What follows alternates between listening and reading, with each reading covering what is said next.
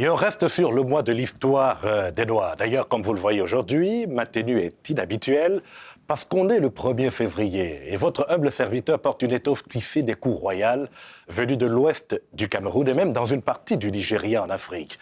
Mais pour mieux connaître le textile africain, mon collègue Ron Boileau et moi avons eu le privilège de rencontrer un peu plus tôt dans son atelier la créatrice de mode Marie-Rosette Mikoulou.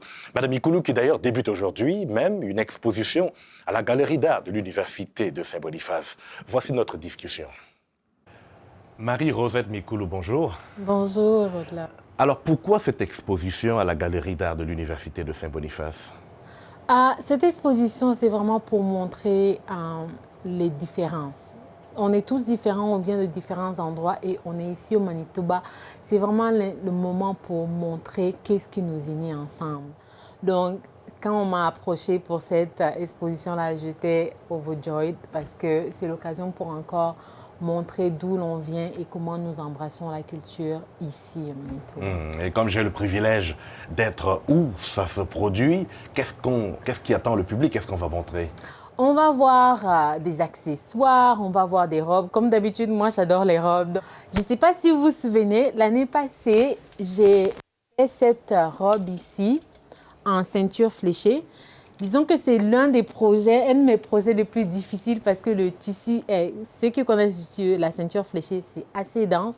Donc ici, j'ai dû attacher 30 ceintures fléchées pour avoir un seul tissu et pour pouvoir couper la jupe et le corset. Et quelle autre robe peut-on découvrir? À cette exposition-là, on pourrait voir aussi une nouvelle robe que je suis en train de finir. Celle-là, ça s'appelle Libala. Libala veut dire mariage en lingala.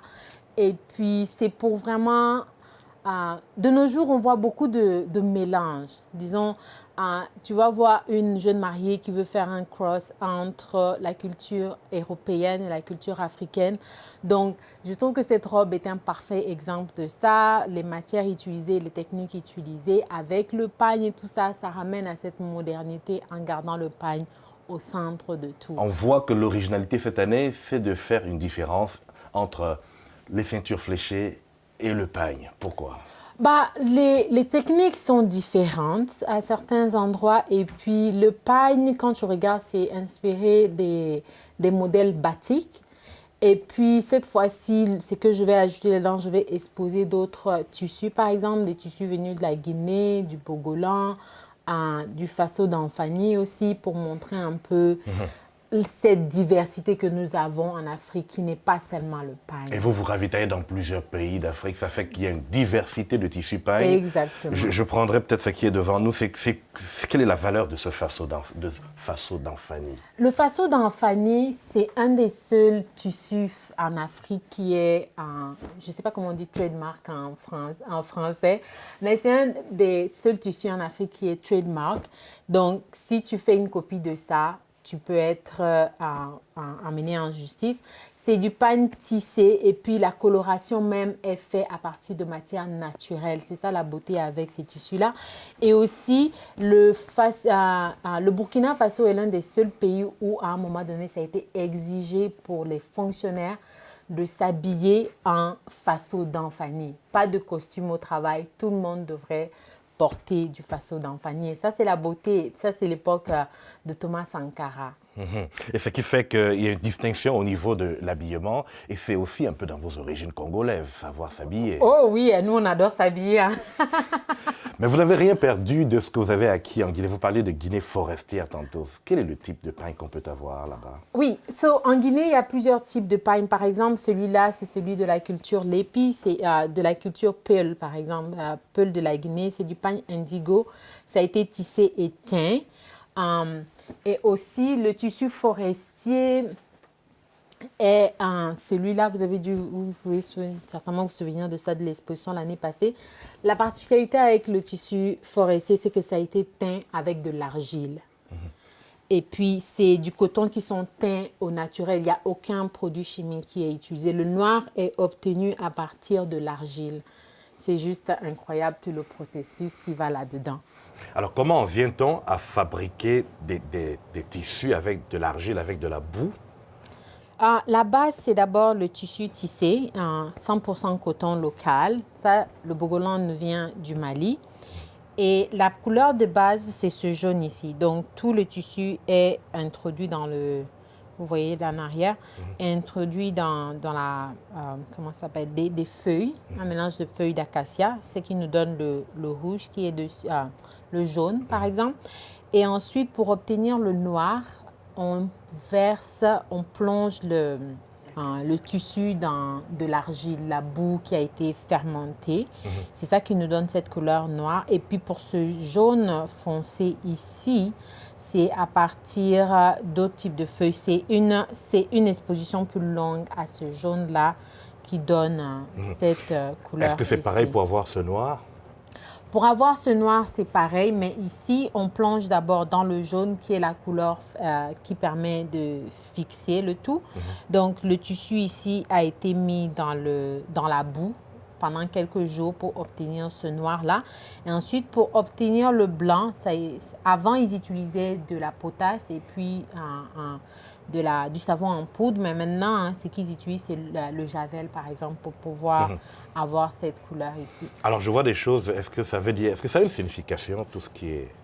Oui, tout ce qui est marqué, par exemple, sur le pagne bogolan a une signification. Et puis, d'après l'entrevue que je regardais, 10% des adultes maliens sont capables de lire les motifs sur un pagne bogolan. Et puis, ça, par exemple, pour celui-là, ça n'a pas été teint. Le pagne n'a pas été teint directement. Ça veut dire que le pagne, le tissu ici, après le tissage et tout, c'est directement allé à la teinture. Donc, d'où on obtient avec de la boue les motifs qui sont ici par-dessus en noir. J'ai tenu à avoir les 3 sortes pour juste montrer comment... C'est vraiment intéressant le processus de création du bogolan. Alors, vous êtes designer de mode, mais d'où vient cette passion pour les tissus pagne? On a envie de dire africain, afrodescendant. Moi, j'ai grandi en voyant ma mère, mes tantes, toute la famille, tout le monde au Congo. Nous, on adore s'habiller. On adore s'habiller en pagne. Et généralement, la plupart des pagnes avaient différentes significations et tout. Donc, de grandir et de voir mes parents porter le pagne, tout ça, c'était très beau. Et puis, une autre chose, c'est qu'en grandissant, porter le pagne, on te traitait de blédard. Ce n'était pas quelque chose qui était à la mode. Quand tu portes ton pagne, tout le monde t'indexe du doigt. Alors qu'aujourd'hui, les derniers 10 ans, 15 ans, c'est devenu quelque chose qui est à la mode. Maintenant, les pagnes, on associe ça, on crée plutôt des coupes un peu plus modernes. Comme par exemple celui-là, c'est une coupe un peu plus moderne, ou celui que je porte en ce moment, c'est des coupes un peu plus modernes qu'on a adaptées aux pagnes, comparé aux coupes qu'on avait avant, qui étaient juste très basiques, là, Et finalement, vous êtes aujourd'hui artiste du textile, confirmé. Exactement. Est-ce que vous sauriez dire, Marie-Rosette Nicoulou, aux téléspectateurs, ce que je porte? Ceci, c'est le ndop, originaire du Cameroun. Vous êtes un prince en portant ça. Merci. Pourquoi prince? C'était réservé aux princes royaux, puis dans certaines cultures camerounaises. Et puis, quand tu regardes, c'est tissé à la main et puis teint aussi, dans les mêmes techniques que je pense qu'on utilise pour teindre le bogolan aussi. Parce qu'aujourd'hui, quand on utilise les teintures qu'on vend dans les magasins, c'est rempli de produits chimiques, vous savez. Le tie and dye, par exemple, qu'on appelle ça, c'est rempli de produits chimiques, alors qu'en Afrique, majoritairement, il y a beaucoup qui utilisent du tie and dye et autres, mais il y a plusieurs qui ont gardé ces techniques ancestrales en utilisant des racines, des écorces, de la boue pour pouvoir teindre les tissus.